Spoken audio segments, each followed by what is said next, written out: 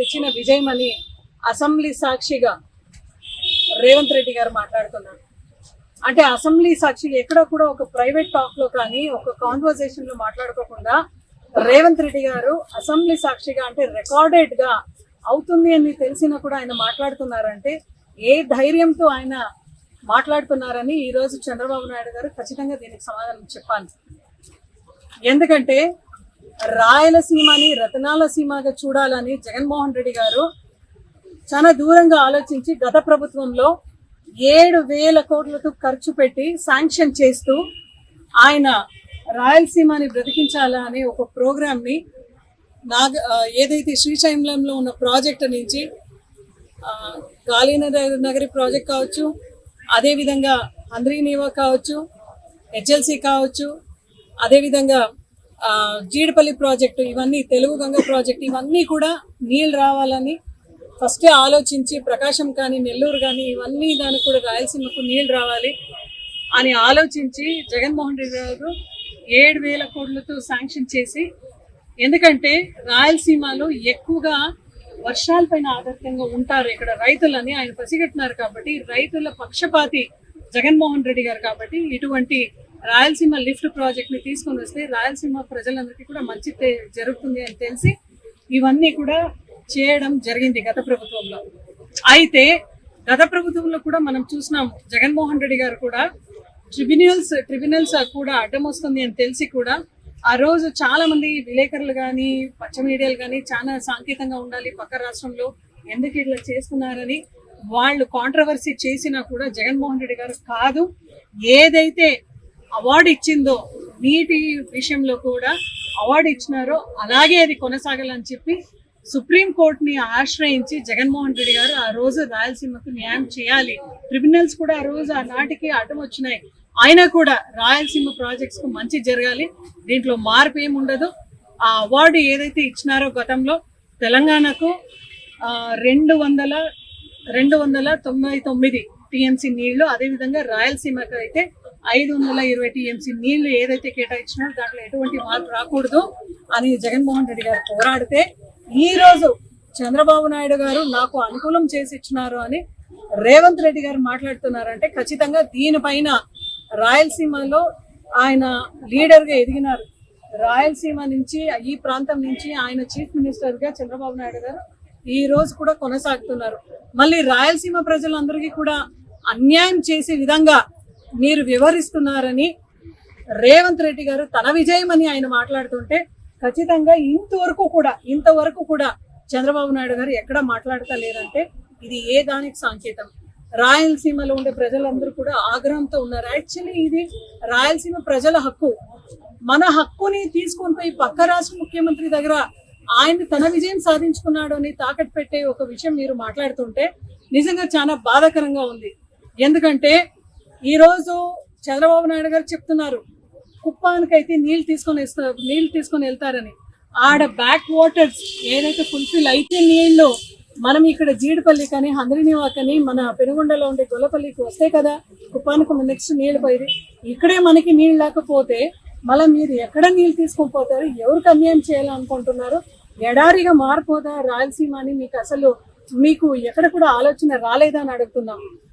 గత 2 months బ్యాకే జగన్మోహన్ రెడ్డి గారు ఇలా జరుగుతుంది అని పసిగట్టి అని తెలిసిన వెంటనే ఒక లెటర్ కూడా రాసినారు ముఖ్యమంత్రి గారికి. దానిపైన కూడా వాళ్ళు స్పందించక ఏది చేస్తే మందే జరుగుతుంది అని మాట్లాడుతున్నారు. అది కాక ఈరోజు మళ్ళీ నిన్న కూడా మనం చూసినాం, ఏదైతే సోషల్ మీడియా వాళ్ళు చాలా అనుకూలంగా ఉంటారు, మీడియా వాళ్ళు ఏదో మీడియాకి అనుకూలంగా ఉంటారు, వాళ్ళంతా లీక్స్ ఇస్తున్నారు.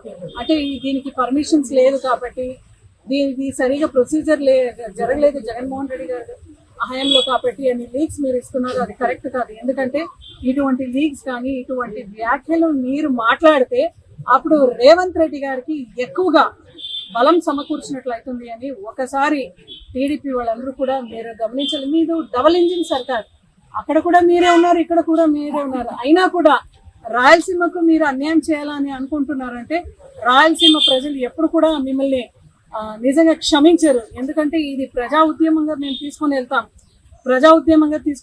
ఎట్లయితే పీపీపీ మీరు తీసుకొని వెళ్ళాలి, మెడికల్ కాలేజెస్ మీరు ప్రైవేటైజేషన్ చేసి ప్రజలందరికీ కూడా అన్యాయం చేయాలని మీరు అనుకున్నారో అదే విధంగా రాయలసీమకు ఈ రోజు ఇంకొక అన్యాయం జరిగింది. సెంట్రల్ గవర్నమెంట్ లో మీరు ఉన్నారు, ఇక్కడ కూడా మీరు ఉన్నారంటే కూడా ఈ కేసుని అలో చేశారు కదా సుప్రీంకోర్టులో. ఎలా అలో చేశారండి? మీరు డబల్ ఇంజిన్ సర్కారుగా ఉంటూ కూడా ఈ కేసుని ఎలా అలో చేశారు? దానికి మీరు ఎక్కడ కూడా గట్టిగా వాదన మీరు ఇవ్వాలి కదా. ఆ వాదన ఇస్తే ఎలా అలో చేశారని ఈరోజు మేము కూటమి సర్కారుని అడుగుతున్నాం. అదేవిధంగా ఈ జిల్లాలో కూడా ఉమ్మడి అనంతపురం జిల్లాలో ముగ్గురు మంత్రులు ఉన్నారు. సవితమ్మ కూడా సత్యసాయి జిల్లా రిప్రజెంటేషన్ చేస్తూ ఉంది. ఎంతమంది రైతులకు అన్యాయం జరుగుతున్నా కూడా రాయలసీమ మినిస్టర్ గారు రిప్రజెంటేషన్ ఇస్తూ మీరు ఇంతవరకు దీన్ని ఖండన ఇవ్వలేదు, అసలు ఖండించలేదు. మేము తెలంగాణకు నిజంగా అపోజ్ చేయడం లేదు. ఆ రోజు హిందూపురం లేపాక్షి నుంచి పాదయాత్ర చేసిన డాక్టర్ రాజశేఖర్ రెడ్డి గారు పోతిరెడ్డిపాడుకు పాదయాత్ర చేస్తే మనం సాధించినాం. అదేవిధంగా ఉమ్మడి ఆంధ్రప్రదేశ్ ఉన్నప్పుడు డాక్టర్ రాజశేఖర్ రెడ్డి గారి హయాంలో కూడా గండి ప్రాజెక్ట్ అయితే ఏమి, అదేవిధంగా చాలా ప్రాజెక్ట్స్ కూడా మనం తీసుకొని వచ్చినాం.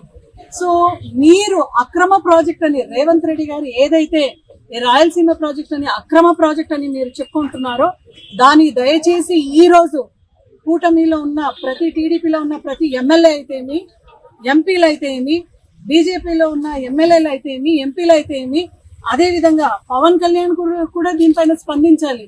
ఎందుకంటే ఇవన్నీ ఈ రాయలసీమ ప్రాజెక్ట్ ని అక్రమ ప్రాజెక్ట్ అని రేవంత్ రెడ్డి గారు మాట్లాడుతుంటే ఇది సక్రమంగా కొనసాగాలని ఆ రోజు జగన్మోహన్ రెడ్డి గారు 7,000 కోట్లు శాంక్షన్ చేస్తూ రాయలసీమకి న్యాయం చేయాలని అనుకుంటే ఆ రోజు మీరు విస్మరించినారు.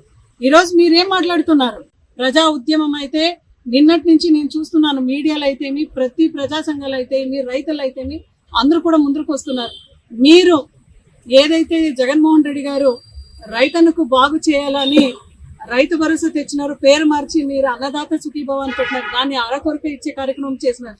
క్రాప్ ఇన్సూరెన్స్ లేదు, సబ్సిడీ లేదు, ఎక్కడ కూడా కొనుగోలు సెంటర్స్ లేదు, రైతు భరోసాని నిర్వీర్యం చేసినారు.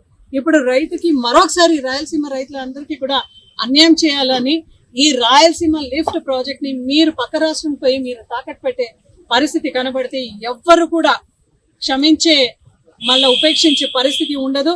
ఇది ఒక ప్రతి రైతు కూడా పాల్గొంటూ ప్రజా ఉద్యమంగా పాల్గొంటూ మన నీటి హక్కుని మనము రక్షించుకోవాలి. ఎందుకంటే మనకిన తక్కువ టీఎంసీ నీళ్లున్న హక్కు రాష్ట్రం ఈరోజు మాట్లాడుతున్నారంటే దానికి ఎక్కడ కూడా కౌంటర్ పెట్టుకోకుండా ముఖ్యమంత్రి గారు ఊరుకున్నారంటే నిజంగా ఈ మౌనం ఏ ఒక్క రైతు కూడా క్షమించడం, ఈ ప్రతి రైతు కూడా ఆగ్రహంతో రగిలిపోతున్నారు. అదేవిధంగా రాయలసీమకి ఎటువంటి అన్యాయం జరిగితే కూడా ఎక్కడ కూడా ఏ రైతు ఏ ప్రజలు కూడా సహించే పరిస్థితి ఉండదు. ఉద్యమంగా మేము కొనసాగిస్తాం. ఎందుకంటే వైఎస్ఆర్సీపీ పార్టీ ఎప్పుడు కూడా రైతు పక్ష పార్టీగా కొనసాగించి ప్రతి రైతుకు కూడా న్యాయం చేసే విధంగా మేము పనిచేస్తామని చెప్పి ఈరోజు కూటమిలో ఉండే ప్రతి ఒక్కరిని కూడా దీనిపైన స్పందించాలని మేము మనసారా కోరుకుంటున్నాం.